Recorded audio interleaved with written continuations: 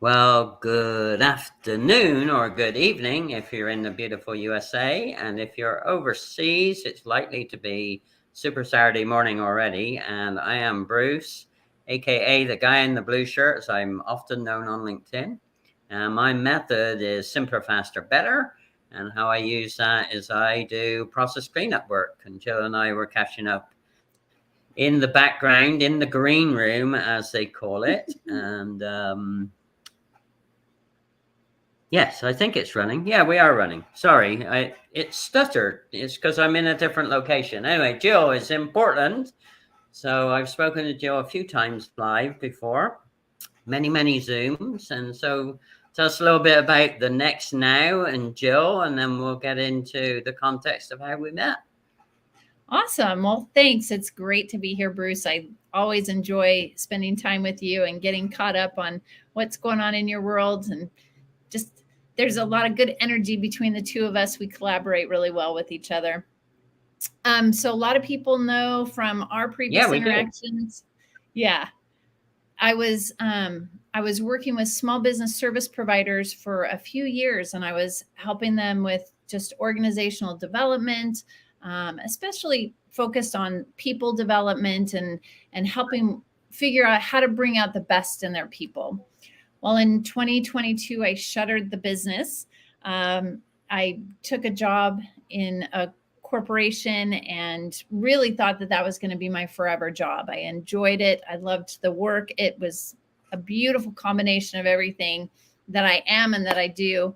But in August of this year, they went through some staffing restructuring and my role was eliminated. I was like, okay, I know what I'm going to do. I'm going to get back to being the next now.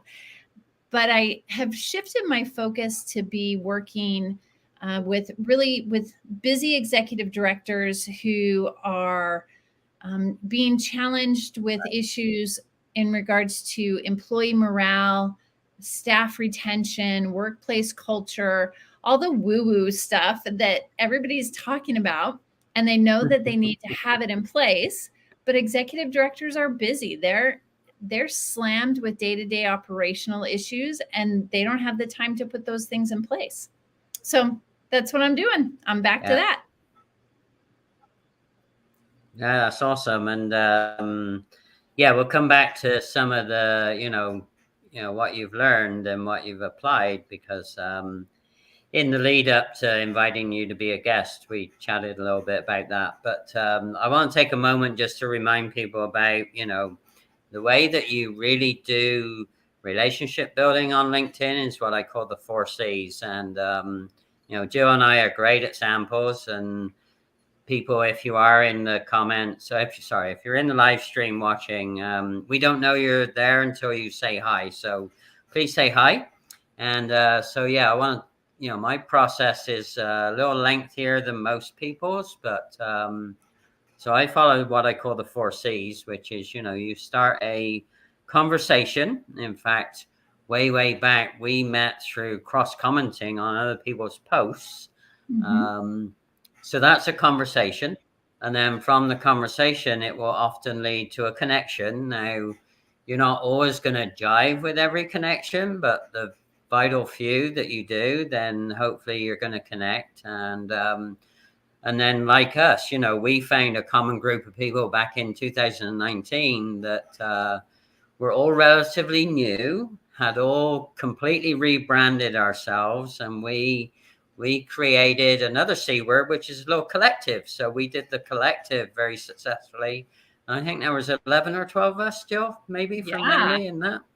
It was something like that, right? Group.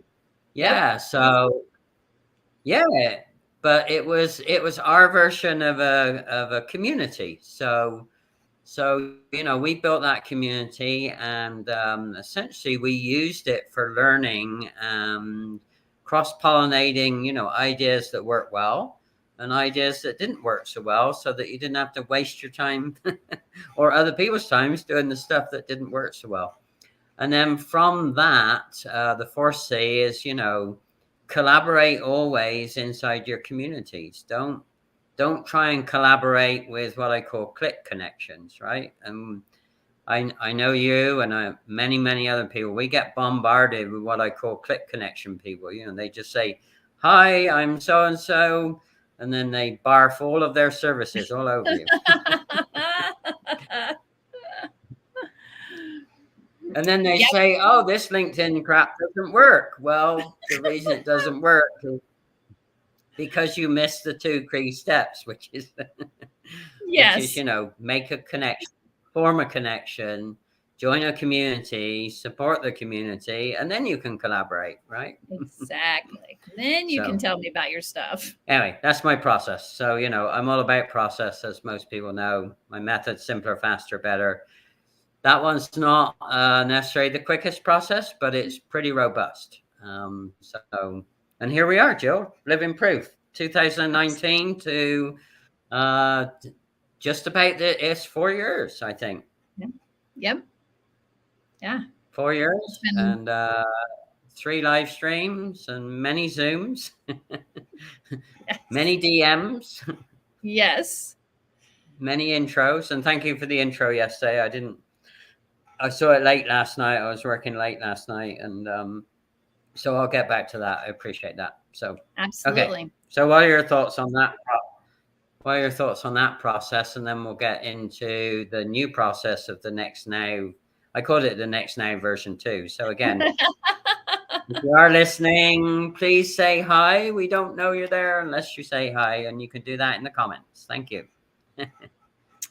Yeah, it's so important for people to realize that in any networking situation, anytime that you're connecting with somebody new, it has to be a genuine connection.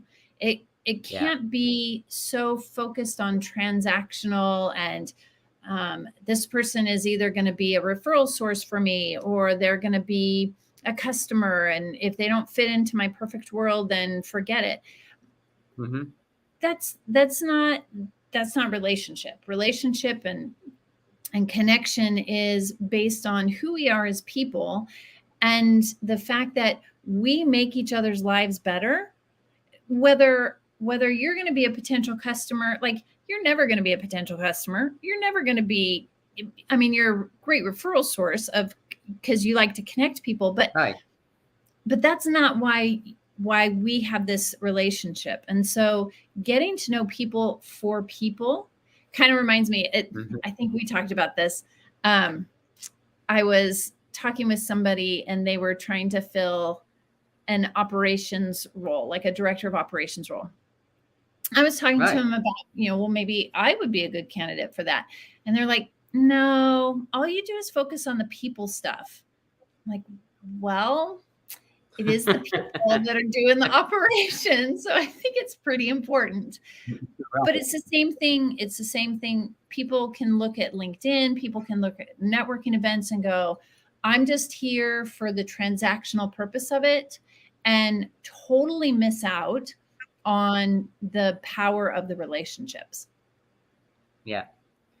Yeah. And it's interesting. So that is a great kind of naive comment that person made, right? Because if you look at any entity, it doesn't matter how it's structured or how it's set up, nonprofit, government agency, or for-profit entity, is it's people first, process second. And if you can get the right people in the right spots, and Th, our mutual friend Thane, is all about making sure you got the right passengers in the right seat on the right bus heading in the right direction, and that's kind of the process piece. But when you get people plus process, you can get performance to P squared, P to the power of 4.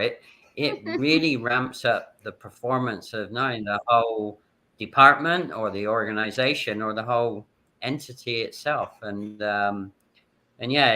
and the people piece is the hardest piece, right? Because it is the hardest piece. You have all these differences. Look how different we are. But look how different we are as individuals, but we have common themes that allow us to have, fruitful, meaningful, sometimes exciting conversations about, what's the best way to do this, or what isn't the best way to do this, so that you don't waste your time, So Yep. anyway, so yes. Absolutely. So tell everyone a little bit about. Okay, sorry. Finish your thought. No, it's good. It's all good.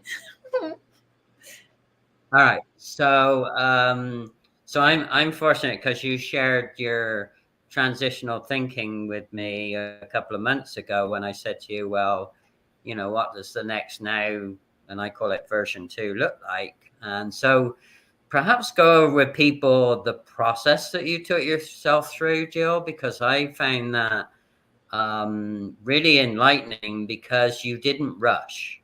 And I see so many people that, get into unfortunate situations, and they feel pressure for all sorts of reasons, that they kind of rush into their next deal or their next gig or so.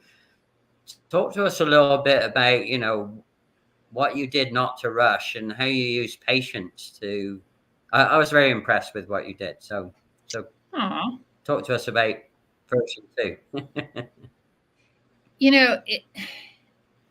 A lot of time right now, people are getting laid off like crazy. Businesses, there's no stability Right. in any industry, which is shocking and surprising. But and so that creates a sense of urgency, and it's really fear-based. It's based, oh my gosh, maybe they're getting a severance package, maybe they're not, I have to have income, blah, blah.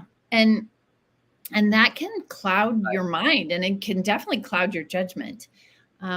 I was fortunate in that I knew I was losing my job. I knew for 3 weeks before it actually happened. Fortunate and not fortunate. Okay. I mean, it was kind of like, okay, when is the hammer actually dropping? Like, it's coming, just don't know when. But it allowed me the time to sit back and say, and this is what I asked myself, and this is what I ask people when who work with me. If money weren't an issue and I knew I couldn't fail, what would I want to do? And from that, I mean, coaching and consulting, that's a no-brainer. I love doing that. I mean, if I could afford it, I would pay people to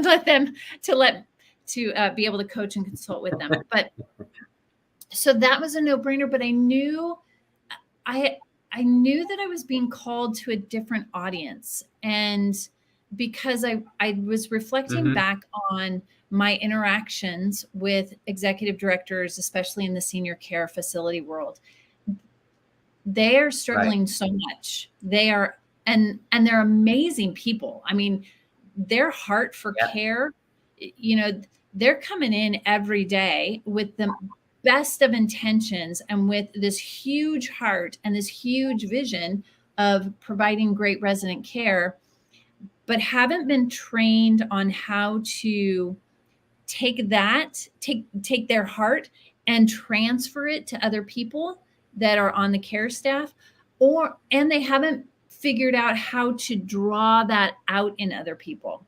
And so I was like, that's what I want to do. Senior care is very important to me. I have it in my background. And when I was working in senior care, I tell the lady who originally hired me into that, I said, you saved my life. That job saved my life. Because I was feeling, I was in a job where I was super trapped and feeling stuck. Like, this was as good as it was ever going to get. And through a series of conversations, ended up walking away from that old job. So I know that I have the ability to talk with executive directors and help them bring out the best in their people. What I'm doing as far as the next now, it's all the same. It's just with a different focus. Right. But, stepping back and sitting into, that internal thinking, what a great way to get new clarity, right? And also don't be afraid to go back to something that you were passionate about, and for whatever reason you morphed away from it. Ultimately, if you're passionate about it, you're always going to be passionate about it. So, bring that energy, right? Because if you bring the energy, what you're passionate about, and you bring all the skills in terms of how to execute all this stuff, then what a great resource you become, right? So, yeah. and it becomes more fun. And Yeah. I got that dreaded message from StreamYard. I don't think the comments are showing up. Did you Oh get the message too? no. Oh no. Yeah. So if you are, I know, if you are commenting, or you may not even be able to comment. So it happens every now and then, particularly with LinkedIn. If you have a YouTube channel, you can actually comment over there. We just can't. I just won't be able to see it as I do, or I'm supposed to see it on the comment stream. So yeah, if you are commenting, don't get frustrated at Jill and I. We can't see it. No, but And if you are watching this, I know. Here's what it is, Jill. I've tried to disconnect on the fly before. I end up destroying the entire live stream, so I don't want to do that. no, don't do that. People can connect with us on LinkedIn, Well, and they can send us messages. Yeah. Oh, and you can still add comments to the replay afterwards. So the replay will get posted. So if you are patiently watching, observing either live or in replay, please don't hesitate to comment or ask questions. I mean, Joe and I may not have all the answers, but our networks are pretty capable, and we can usually get an answer to pretty much anything. I don't believe I've ever had a question I've not been able to get somebody in the network to answer. So that sounds bullish and braggadocious, but that's the power of having a strong network, right? Yes. And it'd be very different, Bruce, if you were saying, I have all the answers. That would be braggadocious. But no, saying, I know people who have answers, that's just being truthful. Yeah, it is. And well, and to happenstance upon that a little bit more, the key thing is people. And in any organization, and not all people are going to jive with all people. And I think your numbers are similar to mine, or at least the last time we talked. I tell people I'm only ever going to jive with 6% of the people I meet in total on the planet. And one time that used to bug me or upset me, and it's like, you know what? It's okay. If I did jive with more people, I definitely wouldn't be able to pay their attention, right? Yeah. So, yep. We're not everybody's cup of tea. Like, I know that there are people who interact with me and they're like, oh, no, thank you. And vice versa. yeah, that's right. Based on who we are, we'll figure out how we're supposed to connect with people and how we're supposed to connect with the right people. Sorry, part of the Next Now 2.0. Oh, sorry. No, go ahead. No, go for it. Part of the Next Now 2.0 is that I have a new work buddy, and he just keeps looking at me. I was going to say. And he's licking me. Show him. Introduce him. So everyone would love to see him. This is Chewy, and Chewy is 10 weeks old. He's a Shih Tzu. Cool. Say hi. He's a Shih Tzu. Okay. He is a Shih Tzu. He's 10 weeks old. We've had him for 2 weeks. Oh, cool. Yep. And what does he do in the operation? Apart from keep you happy. He keeps me happy. And he likes to play, so he'll make sure that I take my breaks, which is good because as a workaholic, sometimes I'm just plowing through. He's like, Mom, play with me. Throw the ball. Mm-hmm. Well, good. Awesome. Yes. Yeah. Being happy is key, right? Absolutely. If you can't be happy doing your processes, and the people that you aim to serve aren't, number one, going to get the best of you and aren't going to be happy either. So yeah, pays it forward. So cool. So, since you've had the kind of clarity in thinking, what have been some of the advantages? So, people often overlook the advantages of getting really clear and really intentional. So, what have you found since that clarity and intention has come back into your workstation there with Chewy? You and Chewy, Oh, what have you found? we've learned so much. It's been great because I know specifically who I want to be talking with. Not that I won't talk. I mean, I love people, so I'll talk with anybody. But when it comes to knowing who I'm truly supposed to be talking with, to work with and to help, to that clarity has made it so much easier for me to not be chasing so many people that aren't right. And so that's been incredibly valuable. It's been incredibly valuable to be able to say, this is who I am. This is what I do. And like, even deciding like, what networking events am I going to go to? What people am I going to be surrounding myself with? Who do I need to know?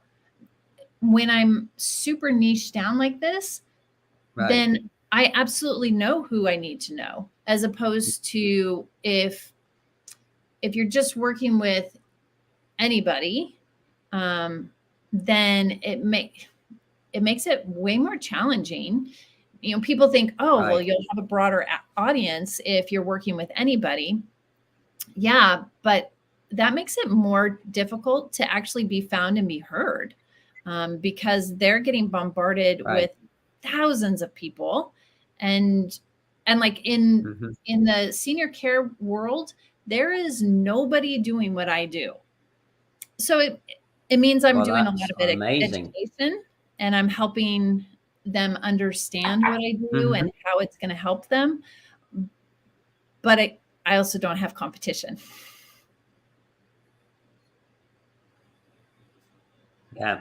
Well, even if you had competition, sometimes, occasionally it hasn't happened much, but I try and collaborate with what might be my competitors instead of, competing with them, because competing is a negative outcome.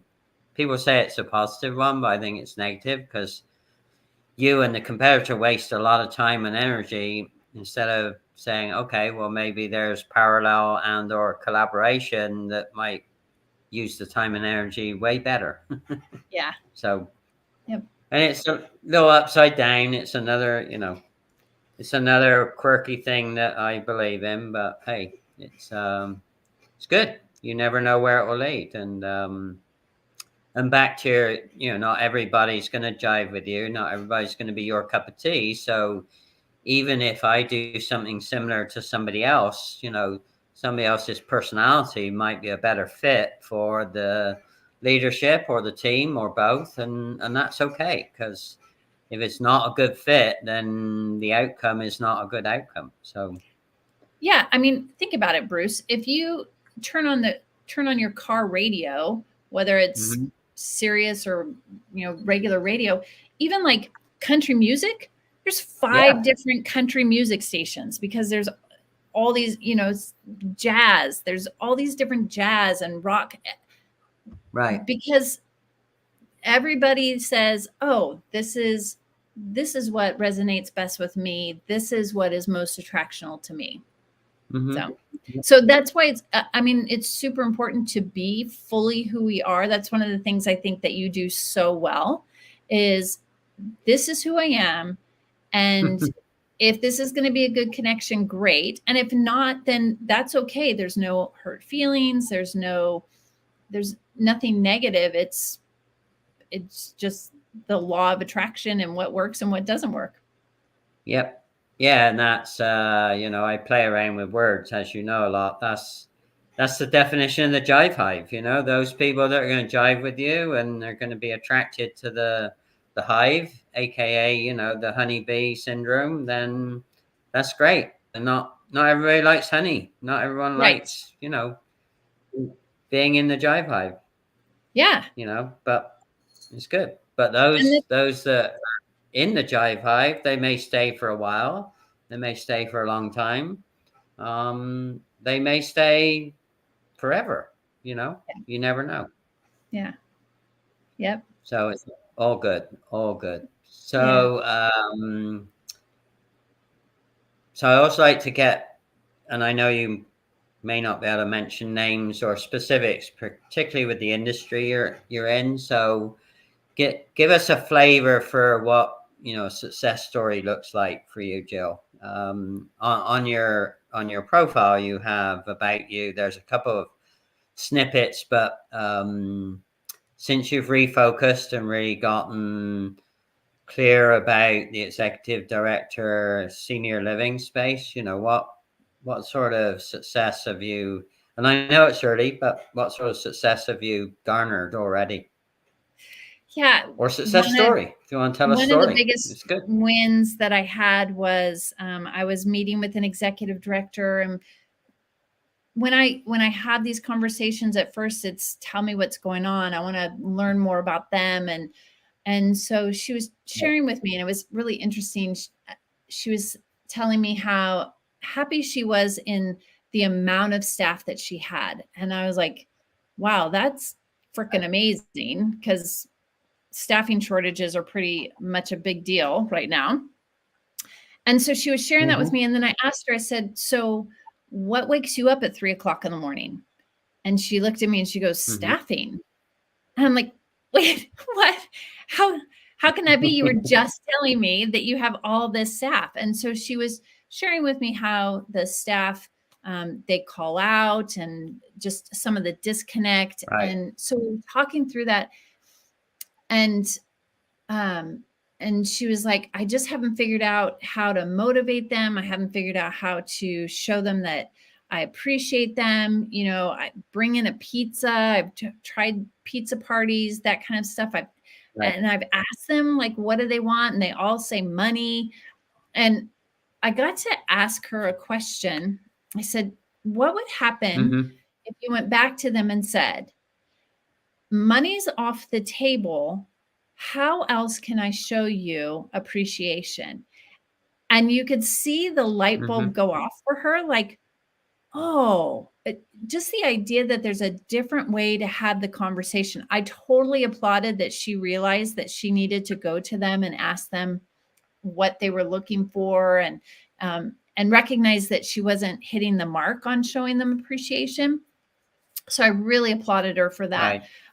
But being able to take it to a step further of how to really dig down and find out what the staff is looking for. So that was a really great win. It was super successful to hear that, and to see her be able to get that implemented. I have another one that what I'm did they come up with? Do you know, or is it? She hasn't gotten back to me yet. Okay. Yeah. Okay. And that'll be fun to see what they come up with. That's the interesting thing, like, especially in senior care, is like, again, a lot of times, and I know this came from like Google and Apple when they first started. It was, oh, we're going to put a cafeteria. Oh, we're going to have a pool table. Oh, we're having all this cool gizmos and gadgets, and we're going to bring people in.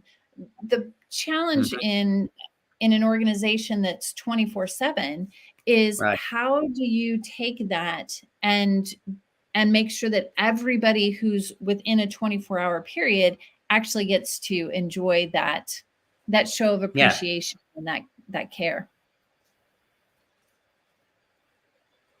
So we've been talking through some ideas. It'll be fascinating too. Yep. And sometimes it's what might be seen as the silliest thing, but can have the most meaningful impact and effect. And and one of them is, just being listened to is very often a big piece of it. Yeah, they say it's the money, but when you peel away or take away the money as a option, then you'll often get to some other stuff. It's funny. I had not exactly the same, but something similar around, thinking about asking the question in a different way. And I actually met with somebody earlier this week who had been involved in some negotiations between two parties, and it had become pretty combative to the point where, you know, people were raising their voices and blah, blah, blah, which is never comfortable, particularly if you're the spectator, right? If you're participating, it's one thing, but if you're the spectator, you're it's kind of a weird feeling to watch that happen. Yeah. And it actually, you know, really played on their mind and impacted them. And I said to this person, I said, you want them to collaborate, right? And she said, absolutely. And I said, well, what did you witness? And they said, well, they just wanted to be either beating each other up or both be right. And I said, yeah, that's how that's how it happens, right? That's how the combativeness comes about. So I said to her, I said, why don't you go back to the people that and these were more senior people in both organizations. And I said to her, why don't you go back to the people that you're working with and you've got really strong peer networking relationships with, because they've been working on this project for almost a year and they still can't agree. Yeah. And I said to her, why don't you just say to them in a very quiet way, just say, hey, help me to understand something. What's holding you back from collaborating with us on this? Yeah. And she like stopped and said, well, I'd never thought about that question. I said, that's the $1 million question often. You know, if you ask what's holding you back instead of trying to defend, what's holding you back on both sides? Yep. That can be very disarming, but also very enlightening to the whole, and particularly if, you know, what's holding you back from being able to collaborate with us on this. And I'm sure that they're going to get some different answers to just saying, well, why can't we agree? Because that was the dialogue before. Even why can't we agree is a little combative, right? So yeah, because somebody has to lose in that kind of conversation. Why can't we just agree?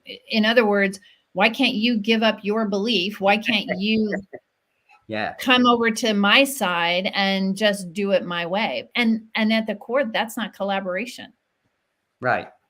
Yeah, but it's the what's holding you back piece in front of whether it's what's holding you back to agree. You could even say those words, but more what's holding you back, you know, or preventing you from collaborating. That those are simple words, but super powerful to, at least like with your lady that had the emotional and intellectual intelligence to realize that she missed the mark and was still willing to go at it again, knowing she had missed the mark, instead of being prideful or proudful about it, right?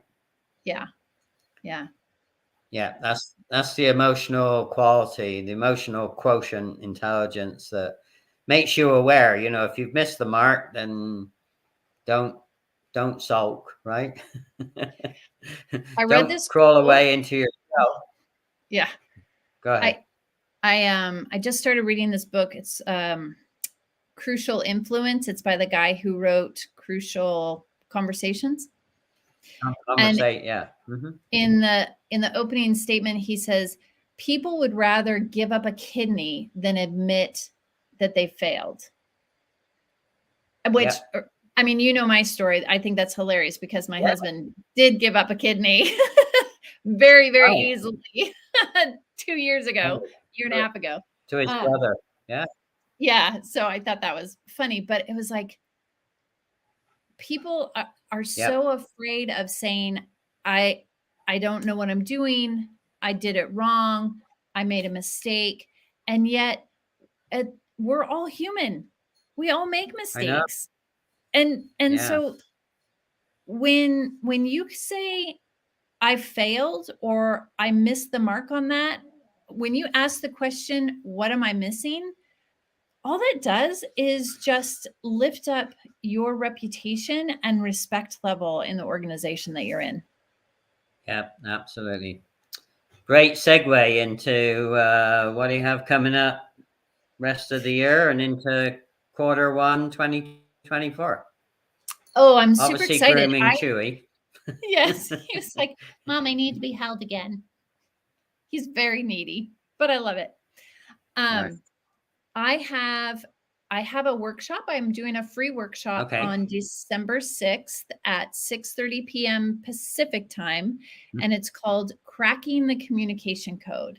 And I'm going to be doing that on Zoom. People can reach out to me and I can get them the link to get them signed up. I can give you that information. You can drop it in the show notes.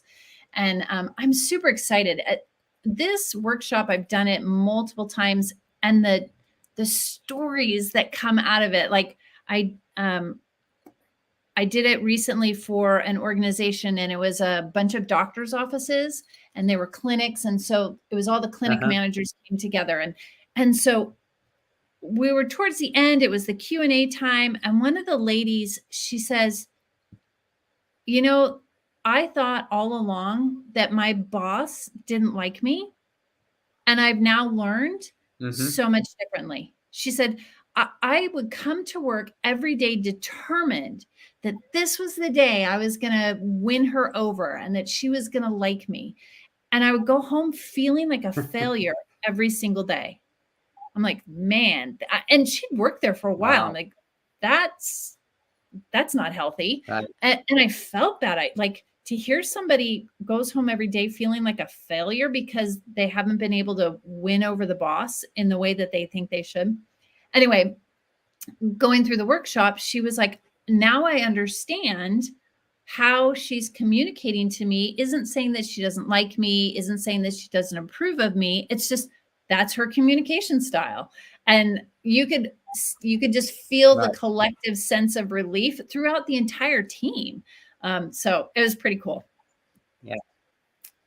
So I have that coming up. And Don't then you just love those amazing aha moments when you lead workshops? Yes, I do. So much so. Well, good. And, all right. So yes, actually, yeah. So you're welcome to put anything in the comments as well, Jill, when it goes to replay. So I'll do that immediately after. Awesome. Yes. So if you don't know Jill, follow Jill. If you have anyone that you know who is an executive director in the senior care or senior living space, particularly in the state of Oregon, please refer them to Jill. Jill knows her stuff. I can guarantee that, and she's a constant student. So that we have in common. So so a little bit. My constant student is behind me. I'm learning to be an avatar and a real person in the 3D Omniverse city. Just a screenshot of my all-in-one digital headquarters. So people don't have to go to 12 different websites or sites anymore. They can see everything I'm doing all in one place. So so if you don't mind, I'm going to do a little selfish outtake video. Actually, please two. Do. I'll show you a little fun as well that you may or may not have seen me do with Devin James, but Devin's another Portlander. So here we go. I think this is the, no, I can't see what I got here. All right, just hang on. Don't go away. You're frustrated that you have no time and you just... Oh. You're frustrated that you have no time and you just hate it. You lost your mind. You're running around the kids and the spouse, and the business that was once your passion has got you burnt out. So, consult with Bruce, the guy in the blue shirt.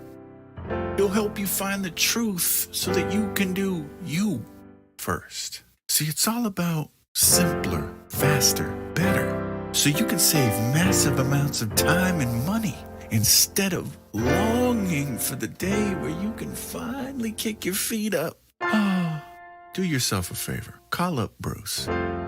He'll tell you about process cleanup.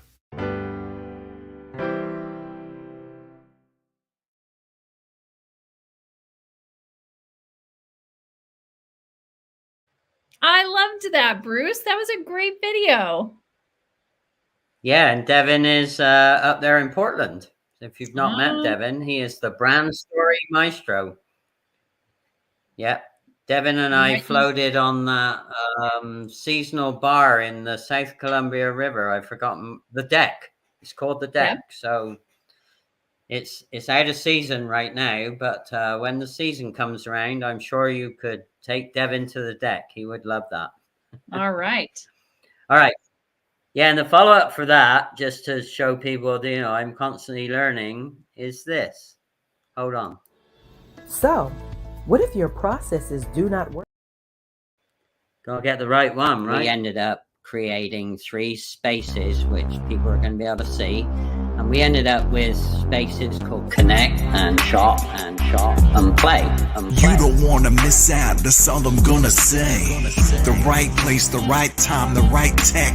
In the Omniverse is where I place my bet. Connect and shop and play. Imagine having Google stocks back in the day when you got up on the ground floor. Pennies to the dollar, this is opportunity calling, so you better yell holla.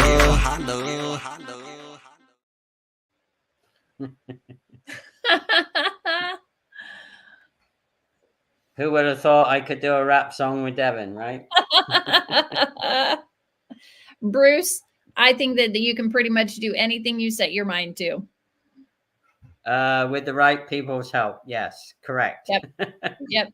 It's all about the other people, not me. But yeah, it was it's been a great experience working not only with Devin, but continue to work with Charlene. And Charlene owns the Omniverse City, which is where I have my 3D presence now. And yeah, if you want to learn more, I'm starting to do tours of the city just to show people that, you know, endless possibilities, no boundaries anymore. So it's an amazing place and space to be in. So, you know, might even get the next now there one day. You never know. You might. You never know. Never know. All right. Well, it's a joy and delight always, Jill. So hang on for a minute. Yep. Good night, everyone. Sorry we couldn't comment or see your comments or answer any questions, but we will do that post live in the replay. Absolutely. So say good night to Jill and Chewy, the most important member of Next Now version 2. All right. Good night. Hang on, Jill. Bye.